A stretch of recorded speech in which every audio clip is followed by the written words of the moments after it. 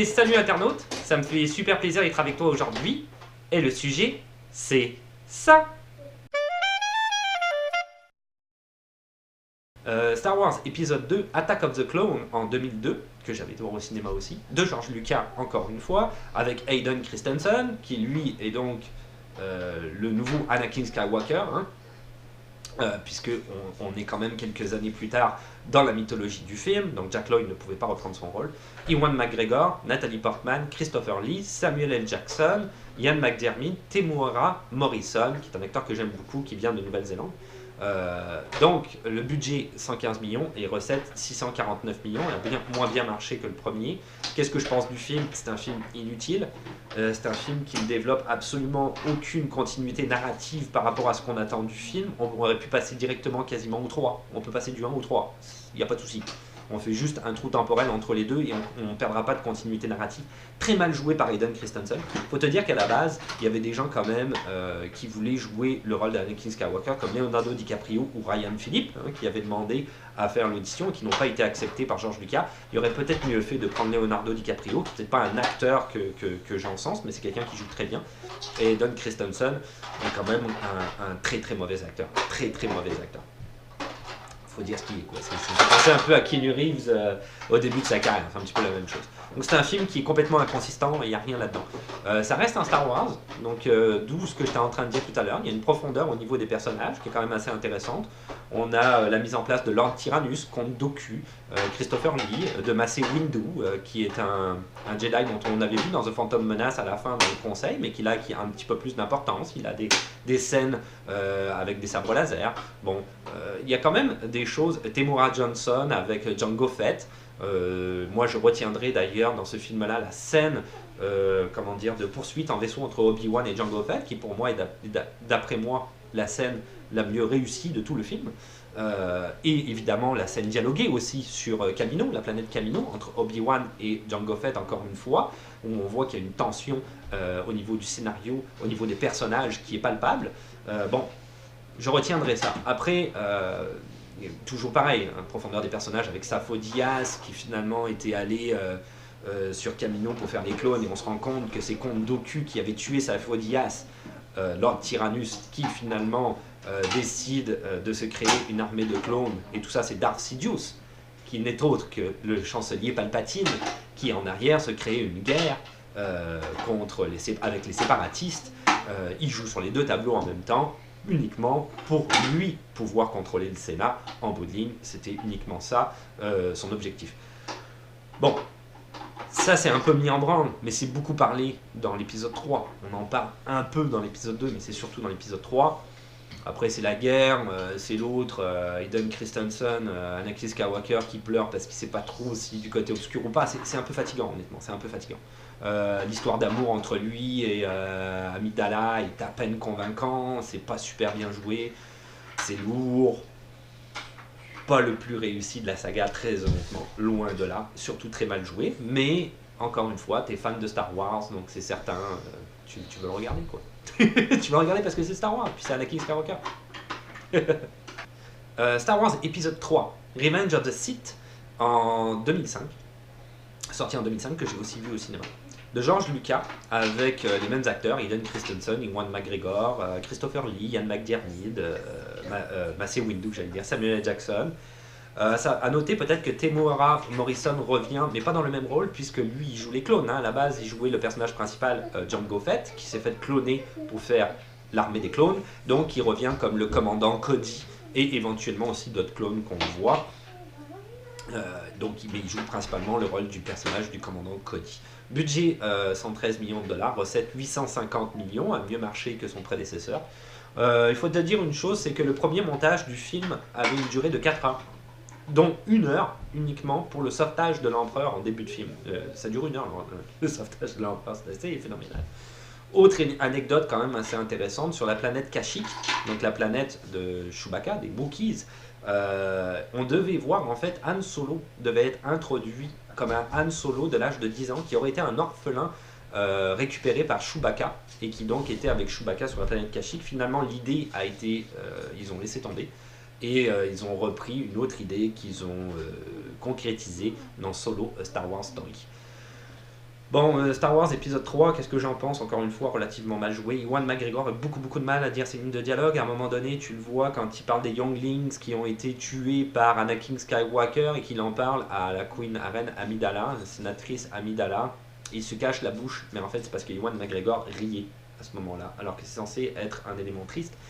Il riait parce qu'il trouvait que la ligne de dialogue était complètement cinglée, complètement incohérente, complètement mal écrite. Pas incohérent, mais mal écrite. Le film, The Duel of Fate à la fin entre Obi-Wan et Anakin, c'est trop lourd, c'est trop long, c'est pas nécessairement bien fait. Les gars se sont super entraînés quand même pour faire ça, c'est quand même, il y a du mérite là-dessus. Combat à l'épée, mais c'est inconsistant, ça apporte pas grand-chose. C'est lancé comme ça de but en blanc, d'un seul coup, ah ouais, il faut que tu ailles te friter contre ce gars-là.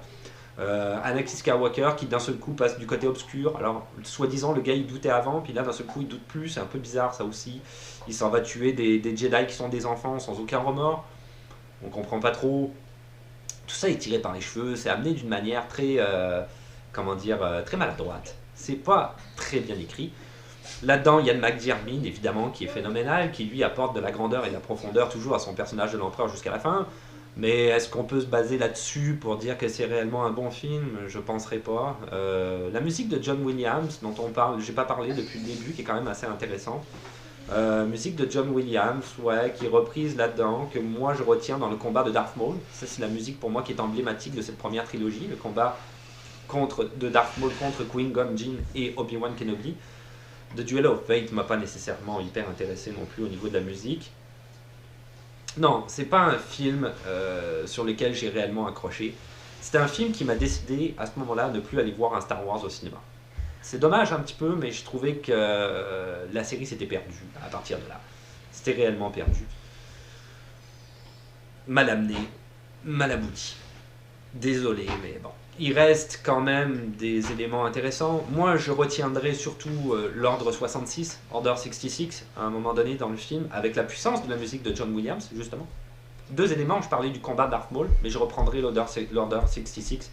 C'est les deux moments musicaux du film qui sont intenses. C'est peut-être le meilleur moment du film, je te dirais, l'Order 66, quand tous les Jedi meurent. C'est parce qu'évidemment, il y a une intensité qui est quand même donnée par rapport à l'intégrité même du scénario. Général Grievous aussi inconsistant. Un personnage qu'on voit arriver comme ça, on ne sait pas d'où il sort. On nous balance une ou deux mythologies sur lui, et pas vraiment consistant. Non, j'ai pas réellement apprécié. Et c'est ce qu'on reprend d'ailleurs par après dans les épisodes suivants, épisodes 7, 8 et probablement 9, dont je vais parler juste après. Je m'enterre, tu l'auras compris, pas ma tasse de thé. Star Wars, épisode 7, The Force Awakens en 2015, qui est sorti exactement 10 ans après Revenge of the Sith, de J.J. Abrams, avec Daisy Ridley, John Boyega, Oscar Isaac, Harrison Ford, Lupita Nyong'o, Domhnall Gleeson, qui est le fils de Brendan Gleeson, qui est un très bon acteur, Max von Sydow, Mark Hamill et évidemment Adam Driver. Budget du film de 140 millions, recette 2 milliards. Juste ça. Il a battu The Phantom Menace largement d'1 milliard, c'est quand même pas mal, c'est quand même très bien même.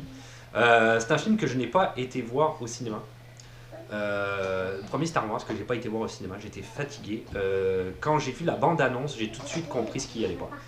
Le premier élément que je voyais qui allait pas. Alors d'abord, ils ont appelé J.J. Abrams parce qu'évidemment, J.J. Abrams a fait revivre Star Trek. Il a fait des remakes de Star Trek qui ont été très réussis. Et donc ils se sont dit, s'il est capable de faire ça avec Star Trek, il sera capable de faire ça avec Star Wars. Ce film-là n'a aucune consistance scénaristique due au fait, c'est toujours mon avis, c'est mon avis que je te donne, que ce n'est que le remake de A New Hope. On reprend la même histoire, on recommence, mais avec d'autres personnages, avec certains personnages même qui existent encore. Et c'est exactement la même histoire, c'est pareil, c'est la même chose. On a à l'intérieur des personnages qui n'ont aucune mythologie et aucune profondeur. Tous les personnages principaux n'ont pas de mythologie ou de profondeur. Si on prend le personnage de Rey, joué par Daisy Ridley, des questions sont posées par rapport à son passé qui encore à l'heure actuelle, à l'aube de l'épisode 9, ne sont pas répondues. Donc on ne sait pas ses motivations, on ne connaît rien à rien. Contrairement par exemple à la mythologie d'épisode 1, 2, 3, où j'avais dit, c'est pas très réussi par rapport à la longueur de comment Anakin devient Dark Vador. C'est un petit peu tiré énormément en longueur pour du contenu qui est pas super intéressant. Mais les personnages, comme je l'ai dit, sont traités. Et les personnages ont toute une mythologie en arrière. Si on prend Palpatine, qui est Darth Vicious, Darth Vader naturellement, Qui-Gon Jinn également, qu'on ne voit que dans l'épisode 1, ils ont tous des mythologies qui sont quand même relativement traitées. Et s'il n'y a pas de mythologie traitée au niveau des personnages, ça manque beaucoup et ça m'ennuie. Même si on prend Ben, c'est-à-dire, voyons, Kylo Ren, Ben...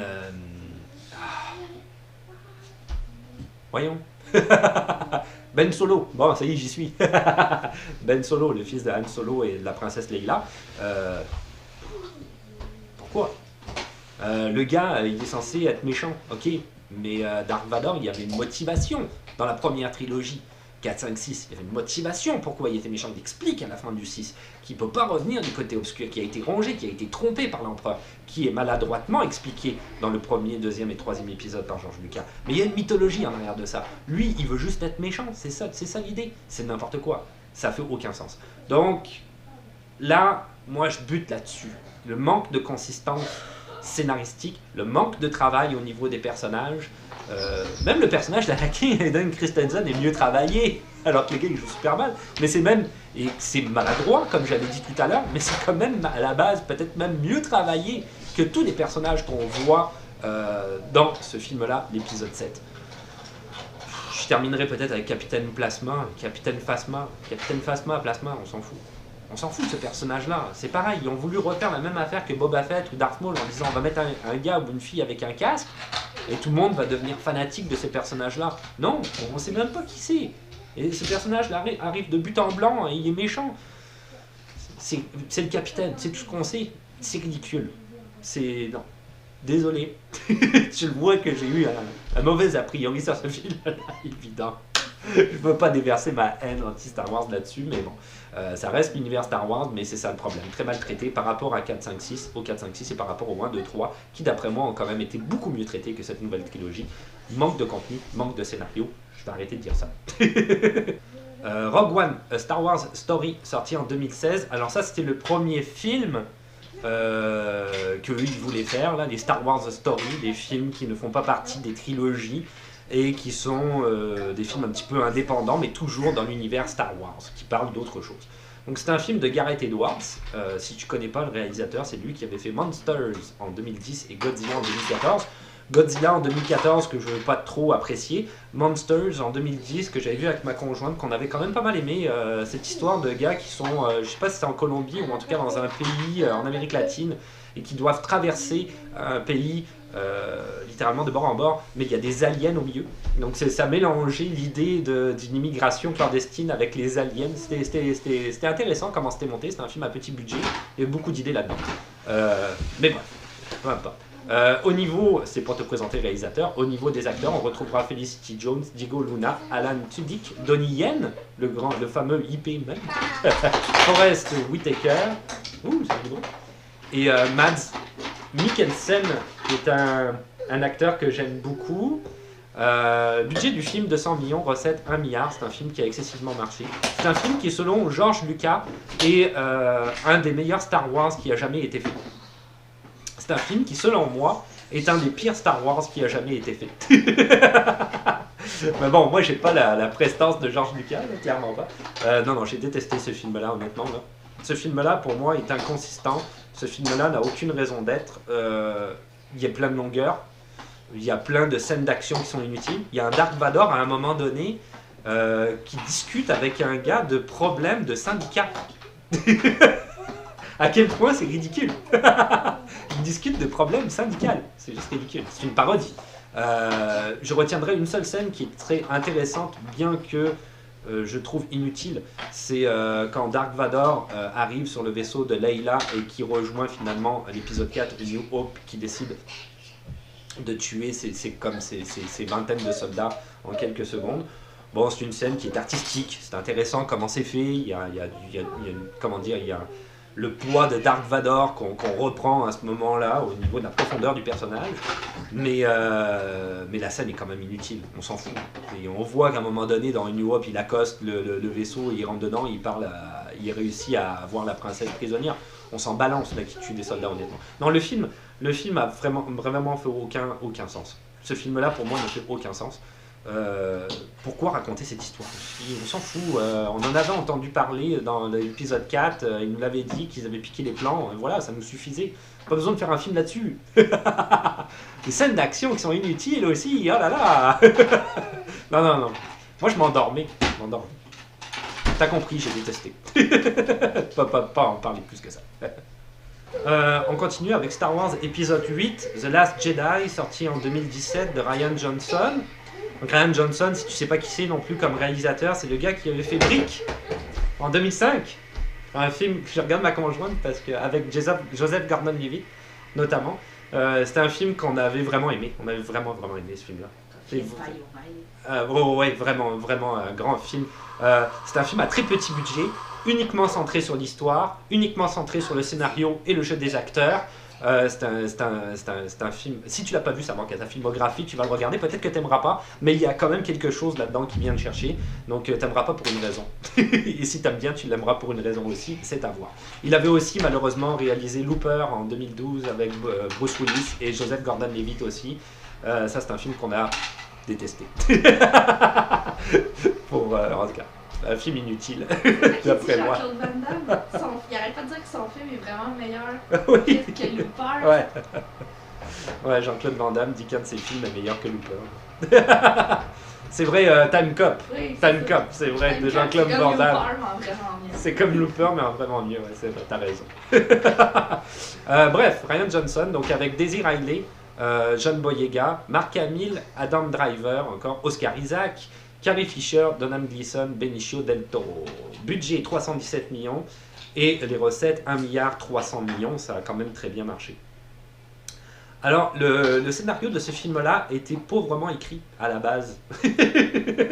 C'est ça, on s'en va vraiment dans du Star Wars fast-food, hein, honnêtement, c'est mal fait, c'est fait à la va-vite. Donc Carrie Fisher, qui quand même joue dedans et qui était un script docteur dans sa vie, hein, en plus d'avoir été une actrice, elle travaillait en arrière-plan. Carrie Fisher a aidé à réécrire le scénario pendant le tournage tellement il y avait des problèmes d'incohérence même scénaristique au fil de cette narration-là. Obi-Wan Kenobi devait apparaître, le personnage de Obi-Wan Kenobi devait apparaître jusqu'à la dernière minute dans le film et finalement l'idée a été retirée parce qu'il n'y avait plus de place soi-disant dans le scénario. Là on s'en vient avec un manque de consistance scénaristique importante. Par rapport au premier, qui était comme un remake de The New Hope, on décide à ce moment-là de ramener des personnages de la saga principale, parce qu'on a vu que Han Solo, dans le premier film, qui est tué par son fils, avait eu un impact. Donc on se dit qu'on va baser tout baser là-dessus, d'où le retour de Mark Hamill, Luke Skywalker et évidemment Leia, qui vont avoir une présence plus importante dans ce film-là. C'est un bateau qui fait beaucoup de bruit. Et ouais, c'est correct. C'est pas grave. C'est ça les enfants. Et voilà, c'est ça. On base uniquement là-dessus. Dedans, tu as une scène qui est relativement longue, très pénible, d'après moi, quand les vaisseaux spatiaux s'en viennent pour attaquer la base, puis finalement s'en viennent attaquer uniquement Luke Skywalker. C'est pas... Ça manque d'intérêt. Toute la scène, tout le monde est d'accord, j'ai un t-shirt là-dessus sur les prétoriens. Les prétoriens qui sont contre Adam Driver, j'ai oublié, Kylo Ren et Rey. Cette scène-là est... Aucune idée pourquoi ils font cette scène-là. L'autre est mort, eux ils décident de se battre, pourquoi on ne sait pas trop. C'était vraiment une scène d'action qui était purement gratuite. Évidemment, ça me renvoie à l'idée de Smaug. Qui est ce personnage-là? C'est quoi sa mythologie en arrière? Pourquoi est-il méchant? Que fait-il ici? Ce n'est pas répondu dans le premier. La question n'est pas répondue dans le deuxième non plus. Tout le monde se pose la question encore. On ne le sait toujours pas. Est-ce que c'était un personnage important ou intéressant de la première trilogie? Que fait-il ici? C'est vraiment pas la même gravité qu'on peut avoir en arrière de l'Empereur ou en arrière de Darth Vader, qui sont des personnages quand même qui ont une profondeur. Donc là, Smaug meurt, on s'en fout un peu, hein. On n'avait pas connecté de toute façon avec lui. Quel gars il est méchant, c'est tout ce qu'on sait. On s'en fout complètement. Fait qu'il meurt, ça fait une show, on s'en balance quoi, ça fait aucun intérêt. Voilà, bon. pour moi, c'est de la perte de temps. C'est encore de la perte de temps. C'est encore pire que peut-être son prédécesseur. Puis en plus, c'est long. Je terminerai peut-être là-dessus. Solo, A Star Wars Story en 2018 de Ron Howard avec Alden Ehrenreich, Woody Harrelson, Emilia Clarke, Donald Glover que j'aime beaucoup, qu'on aime beaucoup, Tandy Newton, Paul Bettany et Jon Favreau. Donald Glover à ne pas confondre avec Danny Glover. C'est deux personnes différentes. Le budget 275 millions, recette 392 millions. Quand le film est sorti, il était hyper encensé par la critique en disant, et même par les fans, en disant que c'était le meilleur Star Wars qui était sorti depuis l'épisode 6, qui est le film de Return of the Jedi qui est le plus aimé encore à l'heure actuelle par les fans. Ils en aiment d'autres, je dis pas qu'ils détestent les autres, mais l'épisode 6 c'est celui qui est le plus aimé, et celui-là, soi-disant, dépassé l'épisode 6. Ce film-là est peut-être pire que Rogue One, pour ma part, moi de ce que je pense. C'est une horreur. Si tu me demandes mon avis, c'est de la perte de temps, encore une fois. C'est l'histoire de Han Solo, finalement, jeune. Beaucoup de choses qui sont tirées par les cheveux, beaucoup de choses qui sont amenées, des scènes d'action qui sont mises dans le scénario sans réelle motivation. Donc, finalement, on l'explique au fur et à mesure de la scène d'action. Des dialogues qui sont pas très profonds. Une histoire dont on se fout complètement, finalement. On se fout de l'histoire, on n'en a rien à faire. Donc c'est vraiment pas un bon film. Au niveau des anecdotes en arrière quand même, il y avait Phil Lord et je me souviens plus de l'autre, ces deux réalisateurs qui avaient travaillé sur Lego The Movie et Into the Spider-Verse, qui avaient commencé le film jusqu'à l'avoir presque fini de tourner à 80% et finalement les studios les ont virés dû à leur, je cite, incompétence, à savoir, j'étais pas sur le tournage, donc je ne sais pas si c'est vrai, je ne sais pas s'il y a eu un différent artistique, comme on dit. Et finalement, ils ont appelé Ron Howard. Ron Howard a retourné 80% des 90% qui avaient été tournés. Donc il a retourné quand même une grosse partie du film.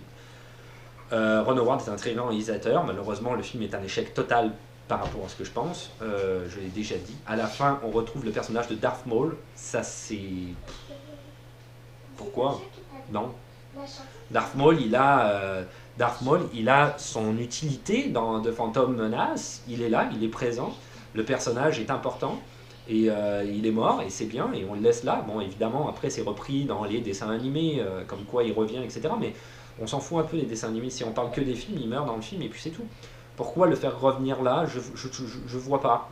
On essaye de reprendre un peu l'idée d'épisode 7, d'épisode 8 en faisant revenir des personnages qu'on connaît pour jouer sur la nostalgie et dire ah les gens vont trouver comme quoi à la fin du film c'est un tournant phénoménal, c'est quelque chose à quoi on s'attendait pas, mais non, ça apporte strictement rien. Donc c'est encore une fois une perte de temps ce film là d'après moi. Ils disent que c'est un Star Wars, mais tu peux même l'enlever de l'univers Star Wars, c'est vraiment non, je suis pas à fond là-dedans, je suis pas aimé. Il n'y a rien dans le film qui est intéressant, même au niveau des scènes d'action.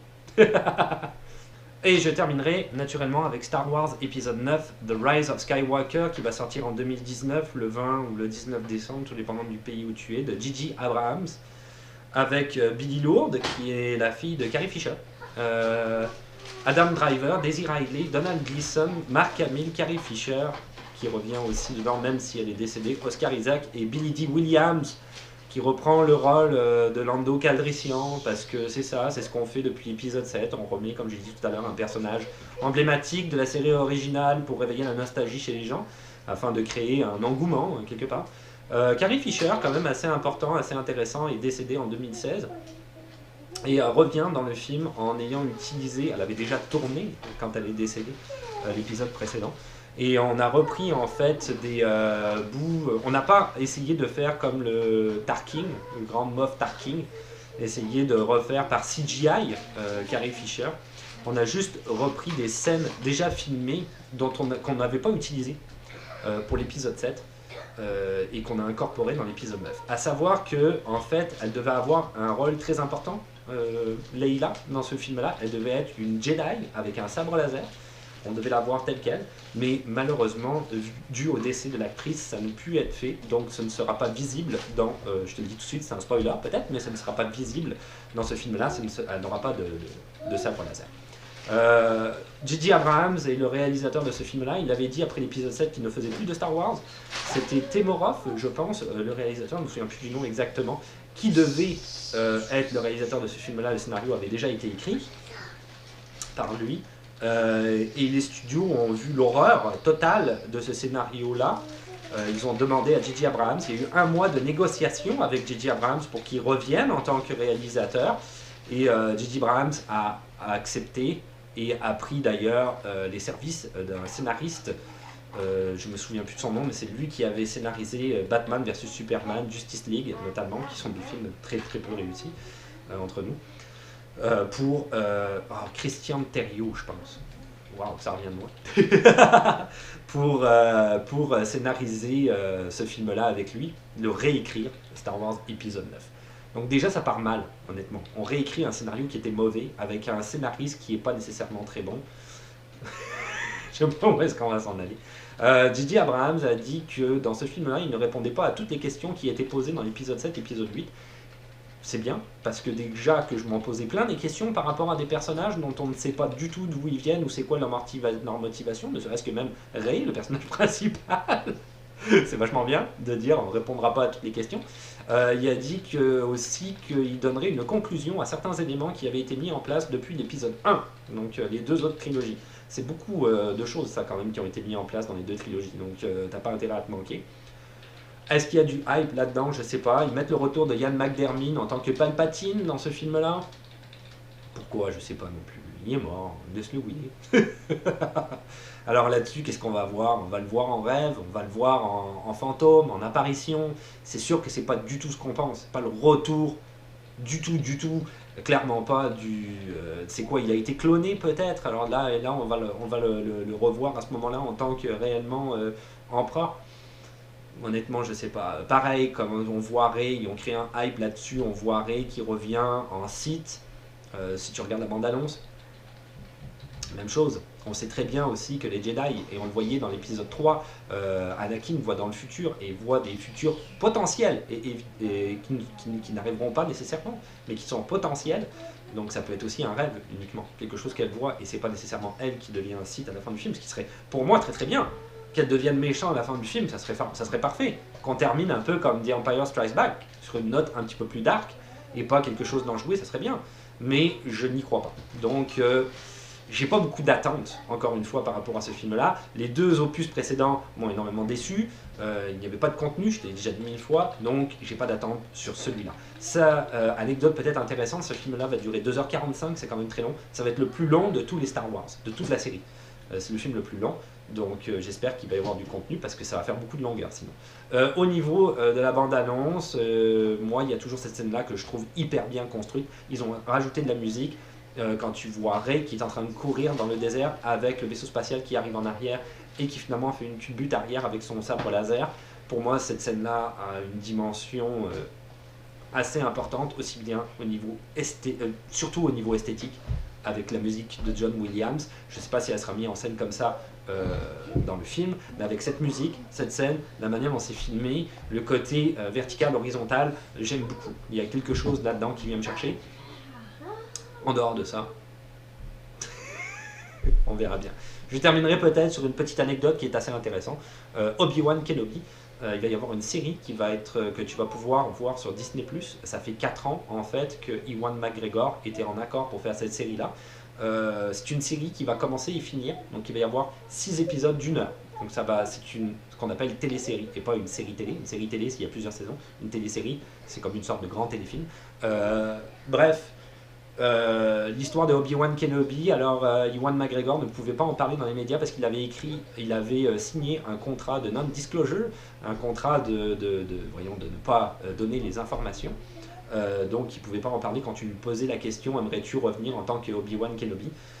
Donc ça va être quand même très intéressant, j'imagine, cette série-là. Je n'ai pas vu le Mandalorian, tout le monde en parle sur Disney+, tout le monde dit que c'est magistral, mais maintenant, à l'heure actuelle, je me méfie beaucoup de ce que les gens disent par rapport à Star Wars. Ils disent que c'est super bon et la plupart du temps, je suis déçu, surtout par rapport au dernier. Donc j'ai très peu d'attentes, c'est sûr que je vais essayer de le regarder, hein, on s'entend, et d'avoir mon propre avis. Est-ce que Obi-Wan Kenobi va être super bon aussi? Je ne sais pas. Donc on verra à ce moment-là. C'est intéressant. Ça reprend l'histoire de Obi-Wan à la fin de l'épisode 3, quand il est sur la planète Tatooine, et un petit peu ses aventures à partir de là, avant l'épisode 4. Donc, à suivre, j'imagine. Et ça clôture mes 2 vidéos hyper longues sur l'univers Star Wars. Quand même, j'ai été un fan pendant longtemps, et j'aime quand même Star Wars. Même si j'ai dit du mal sur les derniers films, j'aime quand même Star Wars. Je trouve que c'est une belle invention. Et voilà, c'est tout pour aujourd'hui. Donc c'était par rapport à l'univers de la filmographie des films Star Wars. Il y avait beaucoup à dire, il y a énormément de films et beaucoup de choses. C'est sûr que j'ai pas pu tout dire parce que c'est gigantesque. C'est gigantesque. Disney va faire beaucoup d'argent évidemment avec Star Wars. C'est aussi eux qui ont Marvel. Donc c'est eux qui ont aussi la Fox. Disney est devenu une multinationale pleine de pognon.